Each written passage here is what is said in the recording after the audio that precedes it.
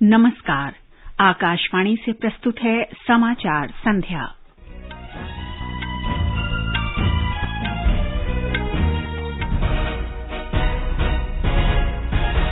प्रधानमंत्री नरेंद्र मोदी ने 10 करोड़ लाभार्थी किसान परिवारों के खातों में 11वीं किस्त के रूप में 21,000 करोड़ रुपए से अधिक की राशि हस्तांतरित की। शिमला में गरीब कल्याण सम्मेलन में सरकारी योजनाओं के लाभार्थियों से बातचीत की। उपराष्ट्रपति एम वेंकैया नायडू ने कहा, भारत अपनी विकास यात्रा में गैबोन का विश्वसनीय भागीदार बनने के लिए प्रतिबद्ध। भारतीय औषधि और चिकित्सा उपकरण ब्यूरो ने प्रधानमंत्री भारतीय जन औषधि परियोजना के अंतर्गत इस महीने पहली बार 100 करोड़ रुपए से अधिक की बिक्री की। 2 महीने चलने वाला विशाल कोविड टीकाकरण का हर घर दस्तक अभियान का दूसरा चरण कल से शुरू होगा। रक्षा मंत्रालय ने आज भारत डायनामिक लिमिटेड के साथ हवा से हवा में मार करने वाली मिसाइल अस्त्र MK1 की आपूर्ति के लिए समझौते पर हस्ताक्षर किए। दक्षिण पश्चिम मानसून कर्नाटक पहुंचा, तटवर्ती क्षेत्रों सहित कई स्थानों पर वर्षा हुई। बाकू में ISSF विश्व कप निशानेबाजी में भारतीय महिला टीम ने 10 मीटर एयर राइफल स्पर्धा का स्वर्ण पदक जीता। जकार्ता में एशिया कप पुरुष हॉकी टूर्नामेंट में भारत और दक्षिण कोरिया के बीच मैच 4-4 गोल से ड्रॉ और फ्रेंच ओपन टेनिस में भारत के रोहन बोपन्ना और हॉलैंड के मात्वे मिलेकॉप ने पुरुष डबल्स सेमीफाइनल में प्रवेश किया। समाचार संध्या में मुकेश कुमार के साथ मैं नीलम मलकानिया। प्रधानमंत्री नरेंद्र मोदी ने आज शिमला में गरीब कल्याण सम्मेलन को संबोधित किया। ये कार्यक्रम प्रधानमंत्री नरेंद्र मोदी के नेतृत्व में केंद्र सरकार के 8 वर्ष पूरे होने के अवसर पर आयोजित किया गया।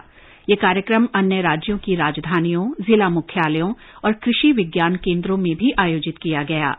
प्रधानमंत्री ने इस अवसर पर प्रधानमंत्री किसान सम्मान निधि PM किसान योजना के अंतर्गत 11वीं किस्त भी जारी की। देश के 10 करोड़ से अधिक लाभार्थी किसान परिवारों के खातों में 21,000 करोड़ रुपए से अधिक की राशि हस्तांतरित की गई। प्रधानमंत्री किसान सम्मान निधि PM किसान योजना के अंतर्गत वित्तीय लाभ जारी करने पर प्रधानमंत्री मोदी ने प्रसन्नता व्यक्त की। देश के करोड़ों किसानों को उनके खाते में PM किसान सम्मान निधि का पैसा ट्रांसफर हो गया, पैसा उनको मिल भी गया और आज मुझे शिमला की धरती से देश के 10 करोड़ से भी ज्यादा किसानों से खाते में पैसे पहुंचाने का सौभाग्य मिला है। वे किसान भी शिमला को याद करेंगे, इस देवभूमि को याद करेंगे। मैं इन सभी किसान भाइयों बहनों को भी हृदय से बहुत बहुत बधाई देता हूं। प्रधानमंत्री ने विभिन्न केंद्रीय योजनाओं के देश भर के लाभार्थियों से भी बातचीत की। ताशी जी बताइए, भारत सरकार की किन योजनाओं का लाभ मिला? जल जीवन मिशन से हमको मिला है, PMYG का स्कीम से हमको घर बनाने का मौका मिला। आपका बहुत बहुत शुक्रिया जी। समा देवी जी, हमें बताइए, आपने भारत सरकार की वो कौन सी योजनाएं हैं जिसका आपने लाभ लिया है? प्रधानमंत्री आवास योजना के तहत मकान का मिला है। मुझे ये सुविधा सरकार की ओर से भी मिली है। कुछ हमने दिहाड़ी मजदूरी करके कुछ पैसा हमने इकट्ठा भी किया था सर।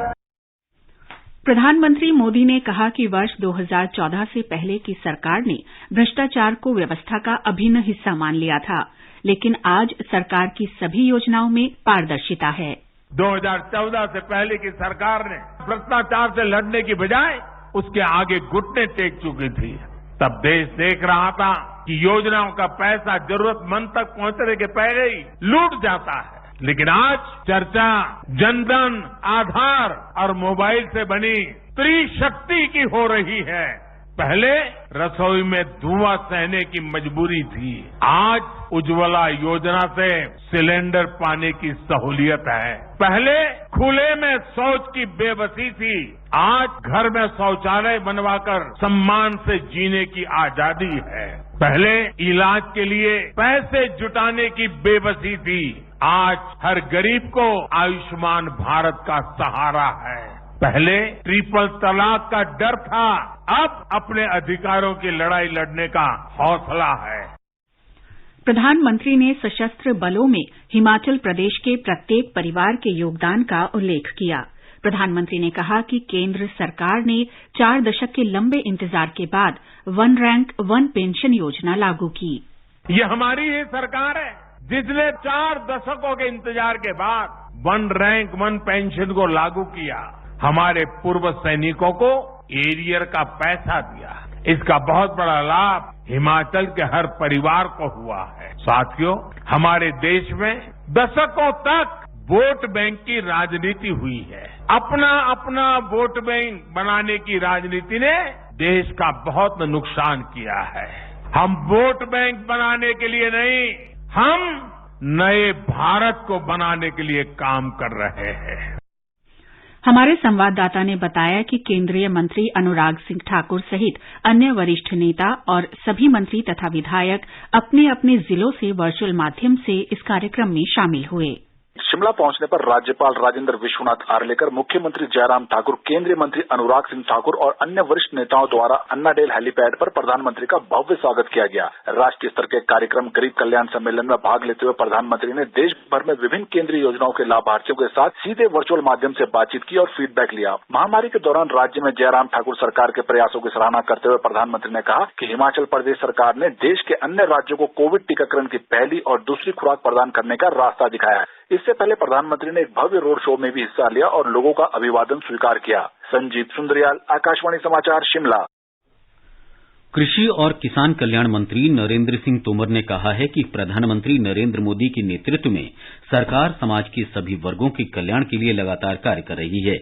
उन्होंने कहा कि सरकार किसानों, सैन्य कर्मियों, वंचित वर्ग की महिलाओं और युवाओं के उत्थान के लिए प्रतिबद्ध है।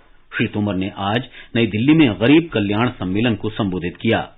राष्ट्रीय जनतांत्रिक गठबंधन सरकार के 8 वर्ष पूरे होने के बारे में उन्होंने कहा कि केंद्र सरकार ने गांवों में सड़कों का बजट 15,000 करोड़ रुपए से बढ़ाकर 19,000 करोड़ रुपए कर दिया है।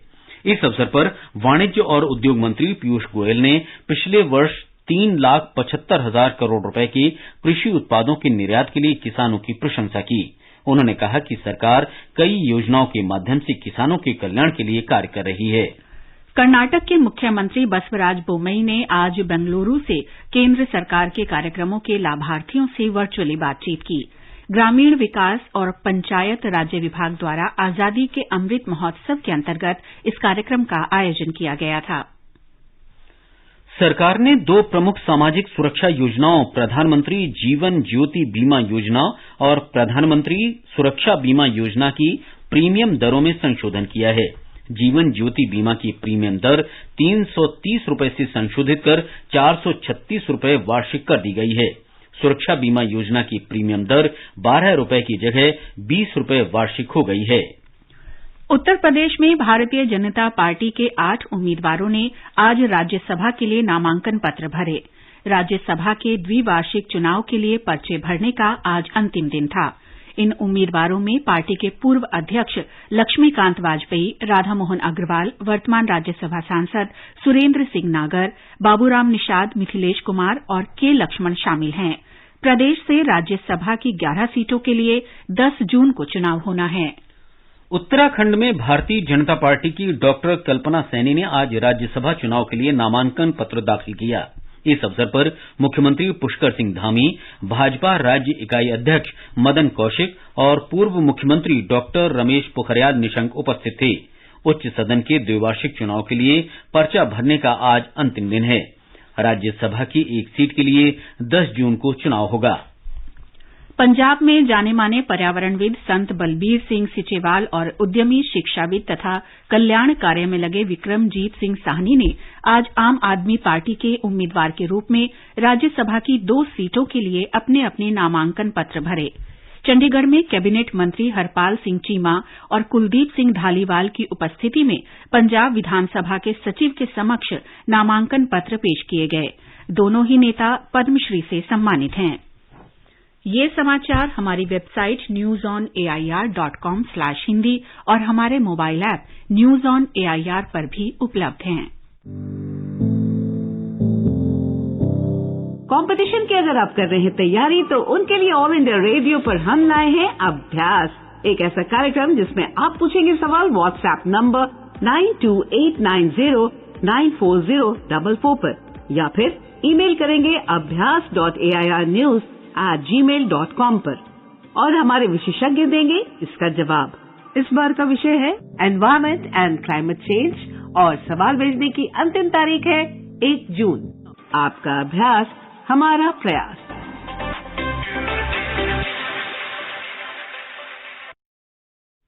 समाचार संध्या में आपका फिर स्वागत है। आगे बढ़ने से पहले मुख्य समाचारों पर एक नजर।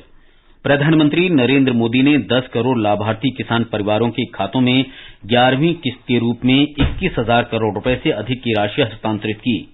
शिमला में गरीब कल्याण सम्मेलन में सरकारी योजनाओं के लाभार्थियों से बातचीत की।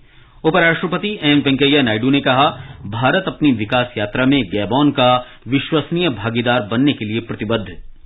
भारतीय औषधि और चिकित्सा उपकरण ब्यूरो ने प्रधानमंत्री भारतीय जन औषधि परियोजना के अंतर्गत इस महीने पहली बार 100 करोड़ रुपए से अधिक की बिक्री की। 2 महीने चलने वाला विशाल कोविड टीकाकरण का हर घर दस्तक अभियान का दूसरा चरण कल से शुरू होगा। रक्षा मंत्रालय ने आज भारत डायनामिक्स लिमिटेड के साथ हवा से हवा में मार करने वाली मिसाइल अस्त्र MK-1 की आपूर्ति के लिए समझौते पर हस्ताक्षर किए। दक्षिण पश्चिम मानसून कर्नाटक पहुंचा। तटवर्ती क्षेत्रों सहित कई स्थानों पर वर्षा हुई। बाकू में ISSF विश्व कप निशानेबाजी में भारतीय महिला टीम ने 10 मीटर एयर राइफल स्पर्धा का स्वर्ण पदक जीता। जकार्ता में एशिया कप पुरुष हॉकी टूर्नामेंट में भारत और दक्षिण कोरिया के बीच मैच 4-4 गोल से ड्रॉ। और फ्रेंच ओपन टेनिस में भारत के रोहन बोपन्ना और हॉलैंड की मात्वे मिडलकॉप ने पुरुष डबल्स सेमीफाइनल में प्रवेश किया। उपराष्ट्रपति एम वेंकैया नायडू ने भारत की विकास यात्रा में गैबोन का विश्वसनीय भागीदार बनने के लिए प्रतिबद्धता व्यक्त की है। उपराष्ट्रपति नायडू ने आज लिब्रेविल में गैबोन के राष्ट्रपति अली बोंगो ओडिम्बा से मुलाकात की। मुलाकात के दौरान श्री नायडू ने कहा कि भारत गैबोन के साथ अपने संबंधों को बहुत महत्व देता है। इससे पहले श्री नायडू ने विदेश मंत्री मिकाइल मुसादमो से भी मुलाकात की। विदेश मंत्रालय के प्रवक्ता अरिंदम बागची ने ट्वीट कर बताया कि गैबोन के विदेश मंत्री ने श्री नायडू से मुलाकात की। गैबोन, सेनेगल और कतर की 3 दिवसीय यात्रा के पहले चरण में उपराष्ट्रपति नायडू कल रात लिब्रेविल पहुंचे। इस यात्रा का उद्देश्य भारत गैबोन भागीदारी को बढ़ावा देना है। अपनी इस यात्रा के दौरान उपराष्ट्रपति गैबोन के प्रधानमंत्री रोस क्रिस्टियन ओसुका रेपोंडा के साथ शिष्टमंडल स्तर की वार्ता में भाग लेंगे। वे गैबोन में व्यापारिक समुदाय के साथ भी बातचीत करेंगे और भारतीय समुदाय के लोगों को संबोधित भी करेंगे। भारत चीन सीमा मामलों के बारे में परामर्श और समन्वय की कार्य प्रक्रिया WMCC की 24वीं बैठक आज हुई। बैठक में भारतीय शिष्टमंडल का नेतृत्व विदेश मंत्रालय में पूर्वी एशिया मामलों के अपर सचिव ने की। चीन के शिष्टमंडल का नेतृत्व विदेश मंत्रालय में सीमा और समुद्री विभाग के महानिदेशक ने की।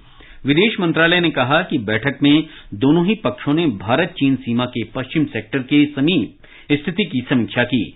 दोनों ही पक्षों ने पिछले वर्ष नवंबर में WMCC की हुई बैठक का उल्लेख किया। बैठक में इस वर्ष जनवरी और मार्च में दोनों देशों के वरिष्ठ कमांडरों की हुई 14वीं और 15वीं बैठकों का उल्लेख किया।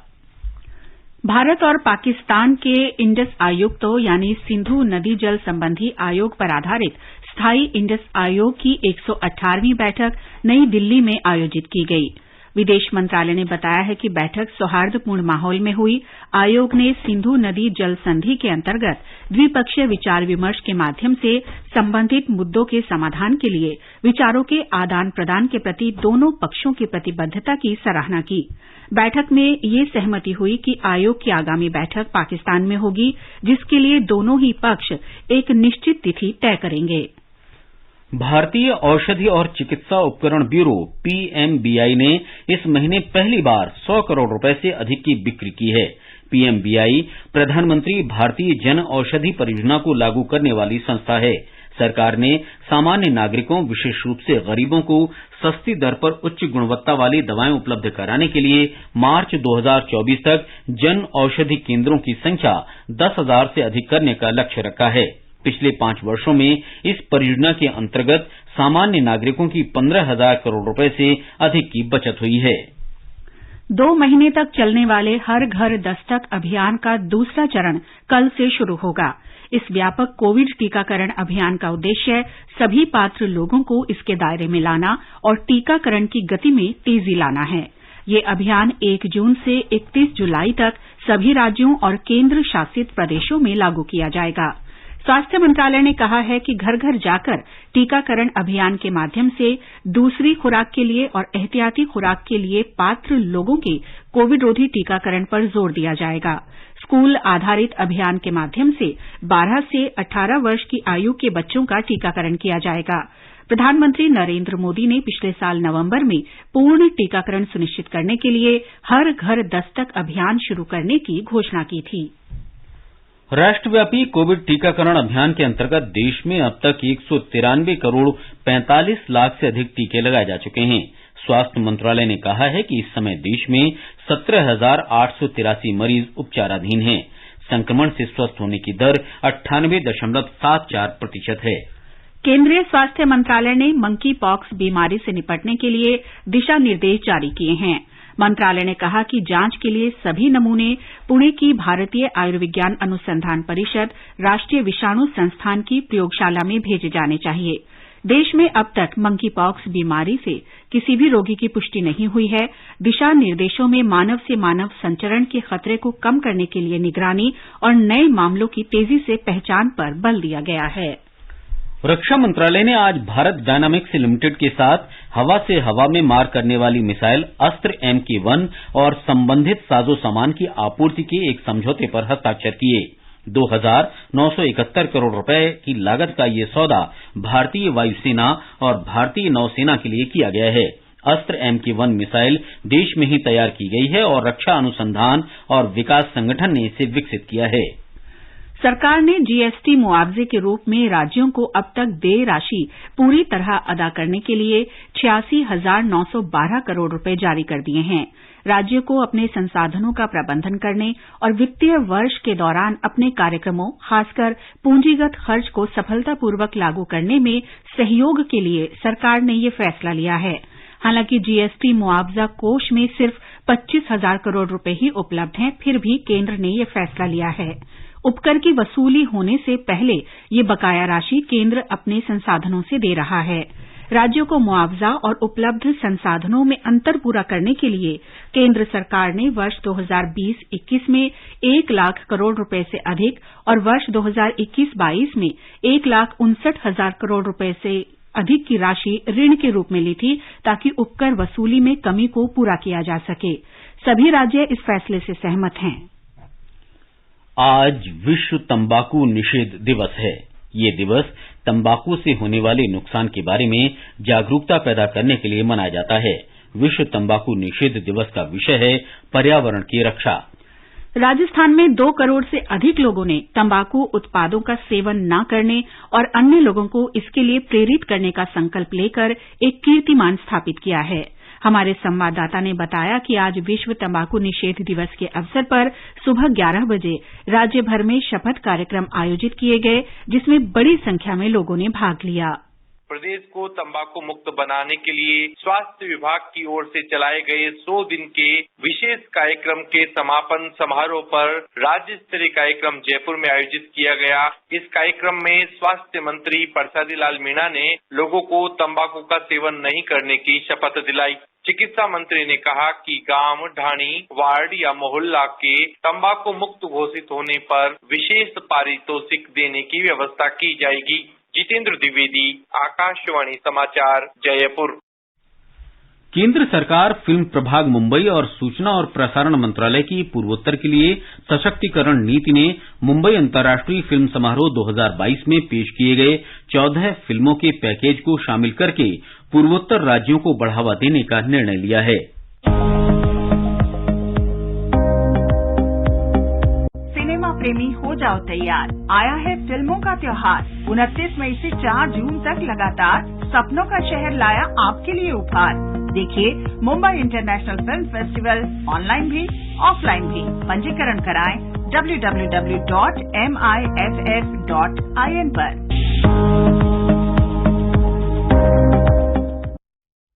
आजादी का अमृत महोत्सव के अंतर्गत आइए अब सुनते हैं आकाशवाणी की विशेष प्रस्तुति आजादी का सफर। आजादी का अमृत महोत्सव।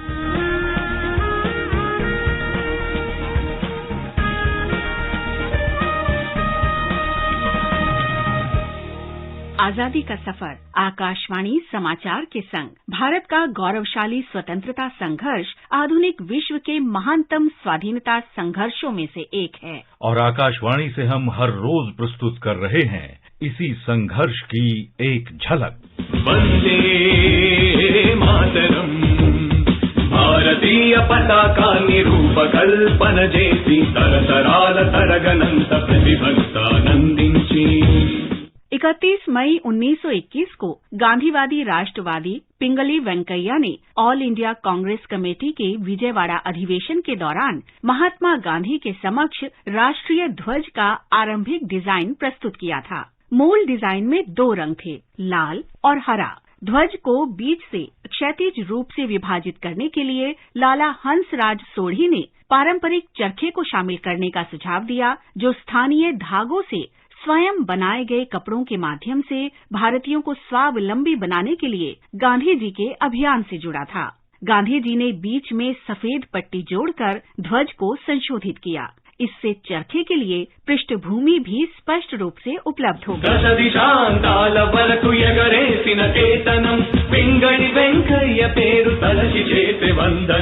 भारतीय पताका निरूपकल्पन जेसी तरतराल तरगनंत प्रतिभक्तानंदिंची।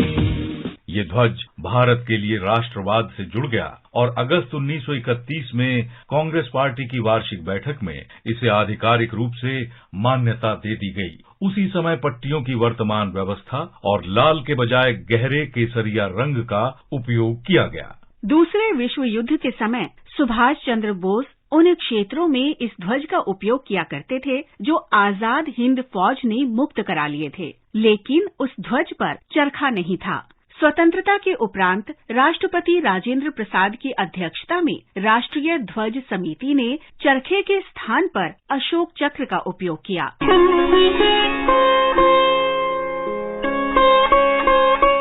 आज हम स्वाधीनता सेनानी और मध्य प्रदेश के पूर्व मुख्यमंत्री द्वारका प्रसाद मिश्र का भी स्मरण कर रहे हैं। उनका निधन 31 मई 1988 को हुआ था। द्वारका प्रसाद मिश्र ने राष्ट्रवादी आंदोलनों में सक्रिय योगदान किया था। वो असहयोग आंदोलन और भारत छोड़ो आंदोलन से भी जुड़े रहे। द्वारका प्रसाद का जन्म 5 अगस्त 1901 को उत्तर प्रदेश के उन्नाव जिले में हुआ था। वर्ष 1920 में द्वारका प्रसाद मिश्र महात्मा गांधी के आह्वान पर स्वतंत्रता संघर्ष में शामिल हो गए। वे असहयोग आंदोलन में शामिल हुए और राष्ट्रवादी आंदोलनों में अग्रिम पंक्ति में बने रहे। वे 1932, 1940 और 1942 के दौरान जेल गए।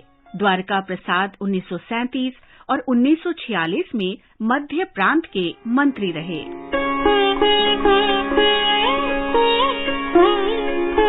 पत्रकार और साहित्यकार द्वारका प्रसाद मिश्र ने 1921 में श्री शारदा मासिक का संपादन किया। वो 1931 में दैनिक लोकमत और 1947 में साप्ताहिक सारथी के संपादक रहे। मोतीलाल नेहरू ने लोकमत में लिखे उनके संपादकीय की प्रशंसा की थी, जो लाला लाजपत राय के निधन पर लिखा गया था। उन्होंने कहा था कि भारत के श्रेष्ठ आपराधिक वकील भी उस भीषण घटना पर इससे श्रेष्ठ आरोप पत्र तैयार नहीं कर सकते। स्वतंत्रता के बाद द्वारका प्रसाद मिश्र 2 बार मध्य प्रदेश के मुख्यमंत्री चुने गए। वो जीवन के अंत तक जन कल्याण के लिए प्रतिबद्ध रहे। महान भारतीय द्वारका प्रसाद मिश्र को आकाशवाणी समाचार का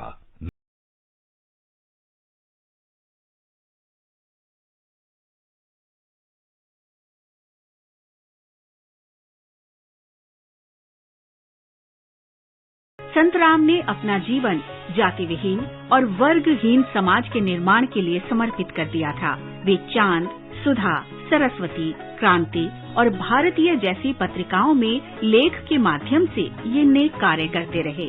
वे राहुल संकृत्यायन के निकट मित्र थे।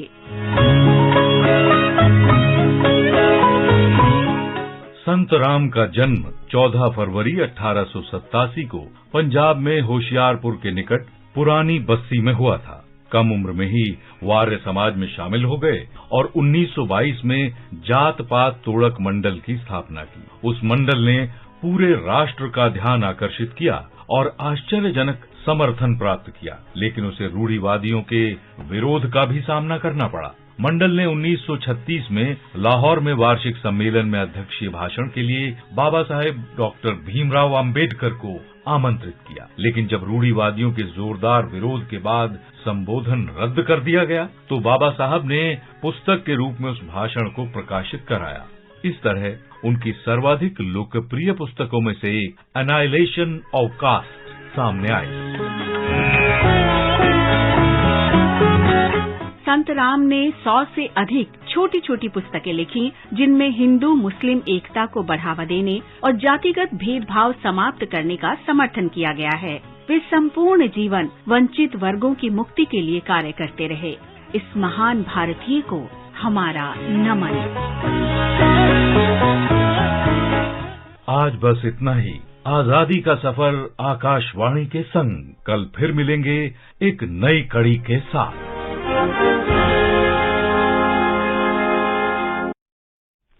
प्रधानमंत्री नरेंद्र मोदी ने उत्तर प्रदेश के बरेली में हुई सड़क दुर्घटना में मारे गए लोगों के प्रति दुख व्यक्त किया है। श्री मोदी ने एक ट्वीट में मृतकों के परिवारों के प्रति संवेदना व्यक्त की। बरेली जिले में दिल्ली लखनऊ राष्ट्रीय राजमार्ग पर आज तड़के एक ट्रक के एम्बुलेंस से टकराने से हुई दुर्घटना में 7 लोगों की मौत हो गई। दक्षिण पश्चिम मानसून आज कर्नाटक पहुंच गया है। इसके प्रभाव से तटीय कर्नाटक में कई स्थानों और राज्य के कुछ इलाकों में वर्षा हो रही है। मौसम विभाग ने कहा है कि अगले 24 घंटों में तटीय कर्नाटक में कई स्थानों और राज्य के कई अंदरूनी हिस्सों में गरज के साथ वर्षा होने की आशंका है। भारत की एला वेनिल वलारिवन, रमिता और श्रेया अग्रवाल की टीम ने अजरबैजान के बाकू में आईएसएसएफ विश्व कप निशानेबाजी में 10 मीटर एयर राइफल स्पर्धा का स्वर्ण पदक जीत लिया है। इस स्पर्धा में डेनमार्क ने रजत और पोलैंड ने कांस्य पदक जीता। पुरुषों की एयर राइफल स्पर्धा में रुद्राक्ष पाटिल, पार्थ मखीजा और धनुष श्रीकांत की टीम कांस्य पदक के मुकाबले में क्रोएशिया से 10-16 से हार गई। इंडोनेशिया के जकार्ता में एशिया कप पुरुष हॉकी टूर्नामेंट में मौजूदा चैंपियन भारत और दक्षिण कोरिया के बीच सुपर 4 का मैच 4-4 गोल से ड्रॉ रहा। भारतीय टीम को फाइनल में पहुंचने के लिए ये मैच जीतना जरूरी था। तीसरे स्थान के लिए कल भारत का मुकाबला जापान से होगा। फाइनल में कल ही दक्षिण कोरिया और मलेशिया आमने सामने होंगे।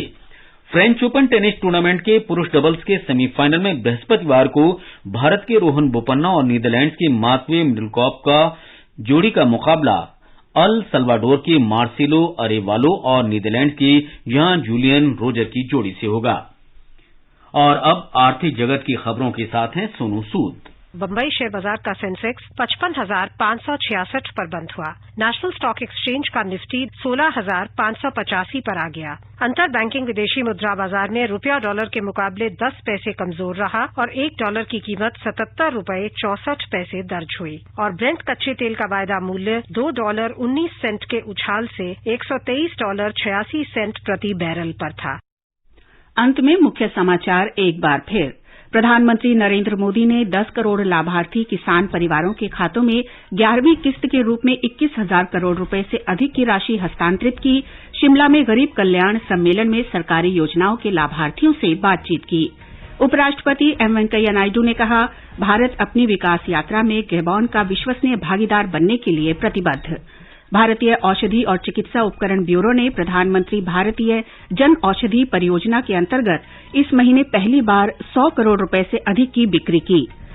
2 महीने चलने वाला विशाल कोविड टीकाकरण का हर घर दस्तक अभियान का दूसरा चरण कल से शुरू होगा। रक्षा मंत्रालय ने आज भारत डायनामिक लिमिटेड के साथ हवा से हवा में मार करने वाली मिसाइल अस्त्र MK1 की आपूर्ति के लिए समझौते पर हस्ताक्षर किए। दक्षिण पश्चिम मानसून कर्नाटक पहुंचा। तटवर्ती क्षेत्रों सहित कई स्थानों पर वर्षा हुई। बाकू में ISSF विश्व कप निशानेबाजी में भारतीय महिला टीम ने 10 मीटर एयर राइफल स्पर्धा का स्वर्ण पदक जीता और जकार्ता में एशिया कप पुरुष हॉकी टूर्नामेंट में भारत और दक्षिण कोरिया के बीच मैच 4-4 गोल से ड्रॉ। इसके साथ ही समाचार संध्या का ये अंक समाप्त हुआ। नमस्कार।